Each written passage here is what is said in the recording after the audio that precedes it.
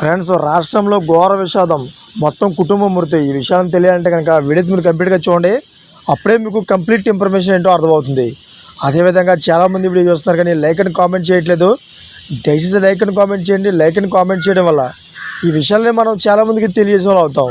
అసలు రాష్ట్రంలో అంత ఘోరం ఎందుకు జరిగింది, మొత్తం కుటుంబం ఎందుకు చనిపోయారనే విషయాలు ఈ వీడియోలో మనం పూర్తిగా తెలుసుకుందాం.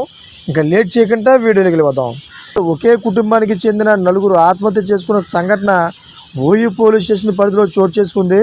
వివరాల్లోకి వెళ్తే చంద్రశేఖర్ రెడ్డి అదేవిధంగా అప్సిగూడలోని రవీంద్రనగర్లో నివాసం ఉంటున్నాడు. అతనికి భార్య కవిత, కూతురు సీతారెడ్డి, కుమారుడు విశ్వంత్ రెడ్డి. చంద్రశేఖర్ రెడ్డి ప్రైవేటు ఉద్యోగం చేస్తున్నాడు. అయితే సోమవారం రాత్రి పిల్లలకు విషాన్ని ఇచ్చి వారు చనిపోయిన తర్వాత భార్య భర్తలు ఉరివేసుకుని ఆత్మహత్య చేసుకున్నారు. అయితే విషయం తెలుసుకున్న చుట్టుపక్కల వారు పోలీసులకు సమాచారం ఇవ్వడంతో పోలీసులు ఘటనా స్థలానికి చేరుకొని విచారిస్తున్నారు. ఆత్మహత్యకు కారణం ఆర్థిక ఇబ్బందులు అయి ఉంటాయని పోలీసులు తెలిపారు.